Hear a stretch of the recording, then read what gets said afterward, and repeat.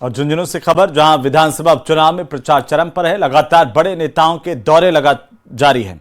वहीं आज भाजपा के पूर्व प्रदेशाध्यक्ष सीपी जोशी झुंझुनू के दौरे पर है। झुंझुनू में उन्होंने कार्यकर्ताओं की बैठक ली। उपचुनाव को लेकर कार्यकर्ताओं में जोश भरा, साथ ही कांग्रेस पर जमकर हमला भी बोला। तो झुंझुनू में एक परिवार की 3 पीढ़ियां हो गई, ये उनकी तरफ से कहा गया। वहीं झुंझुनू के विकास के लिए उन्होंने कहा कि कुछ नहीं किया कांग्रेस पार्टी ने। यमुना नहर के मुद्दे को लेकर के सीपी जोशी ने कहा कि हमने जो कहा वो कहा और यमुना नहर को लेकर एमओयू हुआ है, जल्द ही धरातल पर काम होगा। झुंझुनू विधानसभा उपचुनाव में सियासी रण उबाल पर है और लगातार बड़े नेताओं के दौरे जारी है। आज पूर्व प्रदेशाध्यक्ष सीपी जोशी झुंझुनू दौरे पर हैं। सर, क्या कुछ देखते हैं 7 सीटों पर होने वाले उपचुनाव को लेकर? नजारा बदला सा है। जन जन बोल रहा है कि अब की बार भाजपा जीतेगी, कमल खिलेगा। और झुंझुनू की जनता ने भी तय कर लिया, क्योंकि भारतीय जनता पार्टी की माननीय मुख्यमंत्री भजनलाल जी के नेतृत्व में सरकार बनने के बाद कांग्रेस ने सिर्फ नारे और वादे दिए। 3 पीढ़ियां हो गई, लेकिन झुंझुनू के विकास के लिए कुछ नहीं किया। जो विकास हुआ है भाजपा के राज में हुआ है। और अभी चाहे केंद्र सरकार ने आदरणीय मोदी जी की सरकार में जो डेवलपमेंट के काम हुए, या फिर अभी आदरणीय मुख्यमंत्री जी के नेतृत्व में जो कहा, जो झुंझुनू की जनता ने मांग रखी, वो पूरा का पूरा किया। और आगे भी जनता का विश्वास भाजपा के साथ है, क्योंकि भाजपा जो कहती है वो करती है। और मैं सोचता हूं झुंझुनू इस बार इतिहास बनाएगा। क्या देखते हैं 7 सीटों के परिणाम को लेकर? 13 तारीख को जनता का पूरा आशीर्वाद भाजपा को मिलने वाला है। उसके पीछे कारण है जनता विकास के साथ जाना चाहती है। जनता को बताए कि कांग्रेस ने इतने वर्षों तक सिर्फ बातें की है, काम कुछ नहीं किया, सिवाय भ्रष्टाचार और देश और प्रदेश को तोड़ने की बातों के अलावा कोई काम नहीं किया।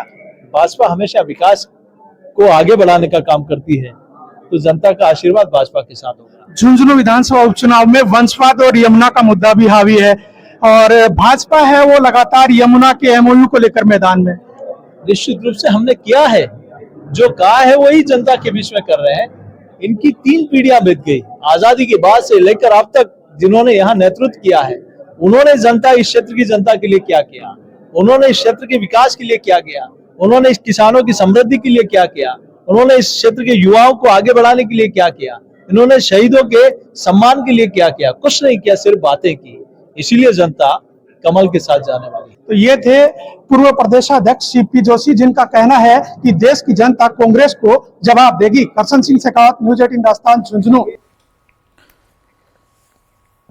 तो वहीं कांग्रेस के राष्ट्रीय महासचिव सचिन पायलट ने रामगढ़ में कांग्रेस के प्रत्याशी आर्यन जुबेर खान के समर्थन में जनसभा को संबोधित किया। पायलट ने कहा कि आर्यन जुबेर के पिता जुबेर खान का इलाके की जनता से आत्मीय संबंध था। उन्होंने 35 साल तक जनता की सेवा की।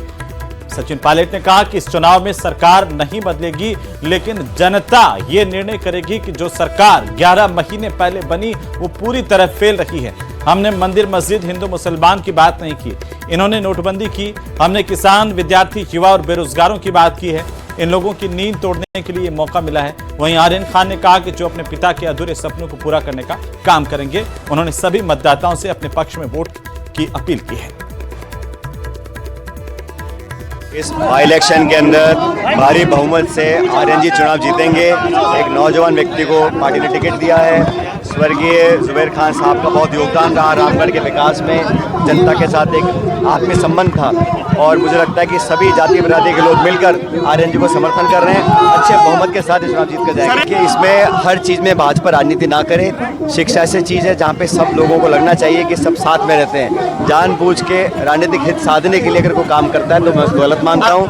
और मुझे लगता है कि नौजवानों को ऐसी शिक्षा मिलनी चाहिए जिसमें सब लोगों का मान सम्मान हो और अपनी विचारधारा थोपने का अधिकार किसी सरकार को। मैं तो इतना कहना चाहता हूँ 13 तारीख को जब मतदान होगा, भारी मतदान आर्यन जी के पक्ष में होगा। हम चुनाव जीत के जाएंगे।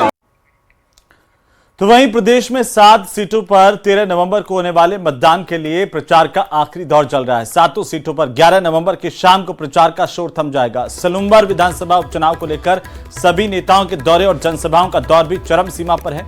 सलुम्बर के सरसिया गांव में प्रत्याशी रेशमा मीणा के समर्थन में जनसभा को प्रदेश कांग्रेस के अध्यक्ष गोविंद सिंह डोटासरा संबोधित करने के लिए पहुंचे और अपने अनूठे अंदाज में डोटासरा नजर आए। गोविंद सिंह डोटासरा कांग्रेस कार्यकर्ताओं के साथ मंच पर गमछा लेकर के झूमते हुए दिखाई दिए। प्रदेशाध्यक्ष डोटासरा के इस अंदाज को देखकर कार्यकर्ताओं में जोश जागा। इस दौरान डोटासरा ने प्रत्याशी रेशमा मीणा को ज्यादा से ज्यादा वोटों से जिताने की लोगों से अपील भी की।